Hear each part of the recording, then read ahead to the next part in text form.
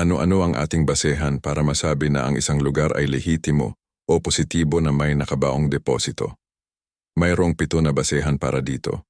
Hindi kailangang makumpleto ang 7 na basehan. Kahit 1 o 2 lang diyaan, malaki na tsansa na positibo ito o batayan para ating susuriin. Una, history o kasaysayan sa lugar.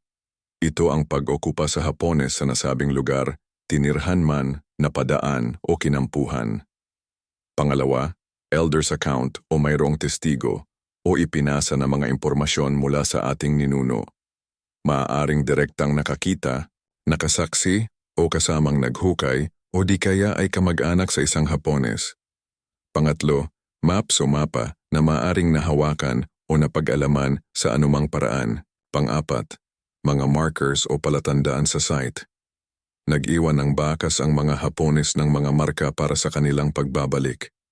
Pang-5, hotspot o tunog ang lugar sapagkat may naghahanap, dayuhan man o Pilipino na nagkukunwaring bibilhin ang lupa at may hinahanap na bato o lumang punong kahoy. Pang-6, paranormal phenomenon o mayroong kababalaghang nangyayari o may nagpapakita. At ang ika-7, mayroong detection o nasasagap kapag ginamitan ng kasangkapan tulad ng detector o scanner.